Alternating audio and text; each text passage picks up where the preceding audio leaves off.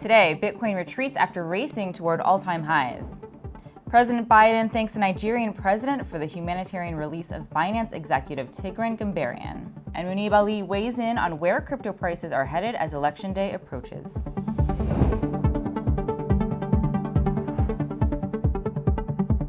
Welcome to CNBC's Crypto World. I'm Tanea McKeel.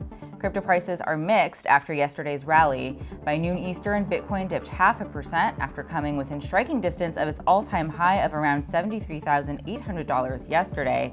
Ether, meanwhile, gained 1.3% this morning, while XRP dropped to 52 cents. Okay, let's talk about the top stories. President Biden spoke with Nigeria's president to thank him for the release of Binance executive Tigran Gambaryan. The White House announced the two leaders spoke on Tuesday and said that President Biden underscored his appreciation for President Tinubu's leadership in securing the release on humanitarian grounds. Gambaryan originally faced money laundering and licensing allegations, but was released last week to allow him to receive medical treatment in the United States. Next, Florida's chief financial officer says the state should consider cryptocurrencies for the state's retirement system.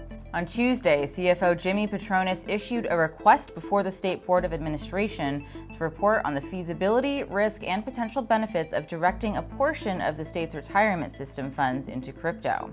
In the letter, Patronis said Bitcoin could help diversify the state's portfolio and provide a secure hedge against the volatility of other major asset classes. He also pointed to two other states, Michigan and Wisconsin, which have invested small portions of their pension funds into crypto. All right, back to markets for our main story. All eyes are still on the U.S. election, which is less than a week away. I spoke with Muneeb Ali, CEO of Trust Machines, about how the two candidates could shape crypto prices as we head into 2025. Muneeb, thank you so much for joining us again on Crypto World. It's great to see you.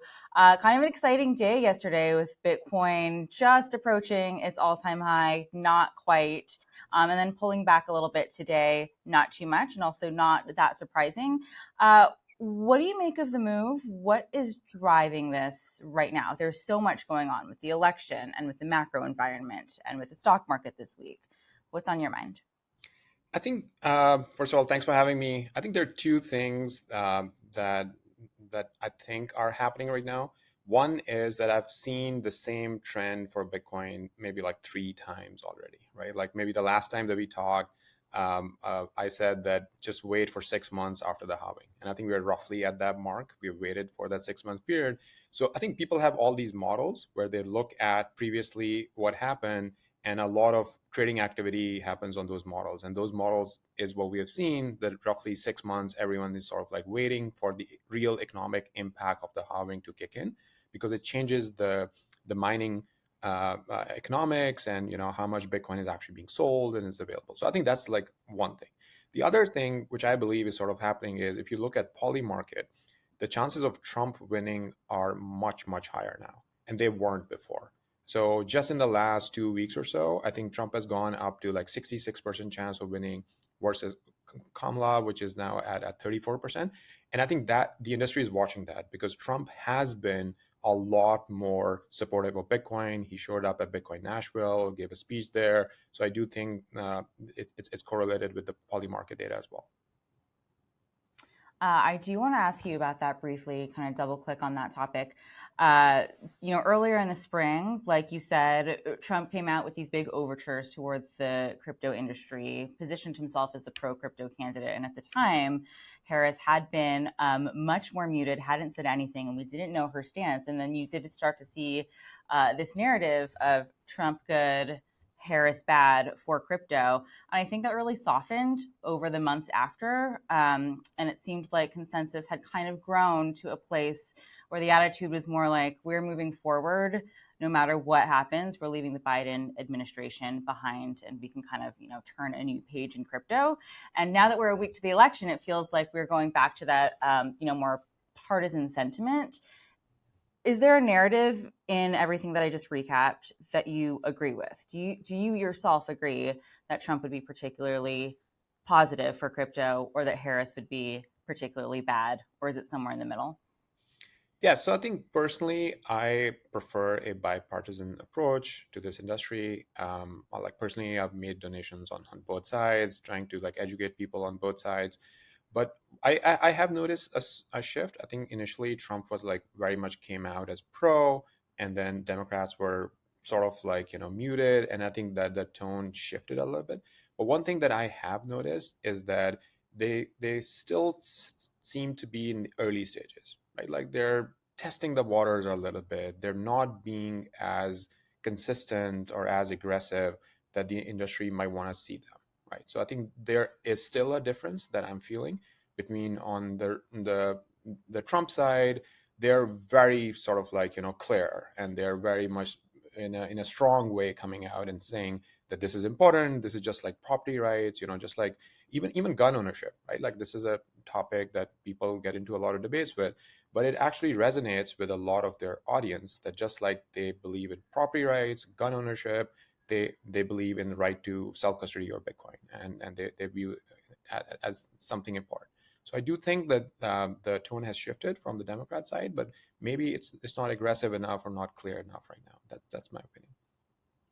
And there are also two different things we're talking about here. I mean, crypto companies in the US, many have been so frustrated for so long about the lack of regulatory clarity. That's really what they're looking for. They want to say goodbye to regulation by enforcement. So there is, the ability and the potential for crypto companies to thrive. But then, we brought you on to talk about the price action, and there's that as well. And so there is this idea, that whatever the outcome could have a short-term impact on the price, but medium, long-term, not that much changes for the value proposition of Bitcoin. I wonder if you could talk a little bit about the worldview of this U.S. election, and what the world is watching, and how this election could influence some of the global macro factors that do influence Bitcoin's price on a much longer-term basis. Yeah, I think basically what's happening is that the US is obviously very important. The US markets are extremely important in the world. But because of the way regulations have been working in the US, there's so many lawsuits against every single, important company. It feels like as if, there are many more roadblocks here in the US than outside. And people have been trying to navigate that. Some people just leave the US, some people stay here, but they spend a lot of overhead on lawyers and compliance and this and that, and still not perfectly doing it. So I think this message that, hey, potentially that might change under a Trump administration is something that a lot of people might have a sign of relief, that now the US can really take its right place in the industry. The US markets are still important, right? Even with everything going on. But if regulations become more clear and people are able to operate more clearly, more precisely, I think everything just becomes easier. If that doesn't happen, I think the what we have seen over the past 4 years will sort of like continue, because this industry is global. Bitcoin is global. It's everywhere. I think it moves out of the US, and still US people do find a way to engage. I mean, let's not forget the ETFs are all operating in the US, right? Like $70 billion of Bitcoin has been bought, mostly from the US, because the US remains like the largest capital markets. And I think Bitcoin is sort of like already part of it. I wanted to ask you about that next, actually, kind of bring it back to this move that we saw yesterday. Bitcoin's really struggled all year to break through 70K in a meaningful way, and now it's kind of hovering just below the all-time high. So with the move yesterday, to go back to the idea of what's driving this move, we did see inflows into Bitcoin ETFs at record levels in the past few days. So sounds like largely institutional. Are you seeing the same thing? And what do you make of retail appetite for crypto at the moment? What's going to bring that back in? Yeah, so I think like a couple of years ago, there was this joke that the institutions are coming, but now the institutions are actually here, right? Like they own a significant percent of Bitcoin supply already, even to the extent that people are asking questions about, hey, is this going to centralize Bitcoin? I'm not worried about those things, because I think there could be multiple custodians, multiple ETFs, and there's decentralization in those things. But institutions are actually here now, and I think whenever sort of like, for me, it's just like a matter of time, because the way Bitcoin is designed is that it's really like a new technology that is reaching new users.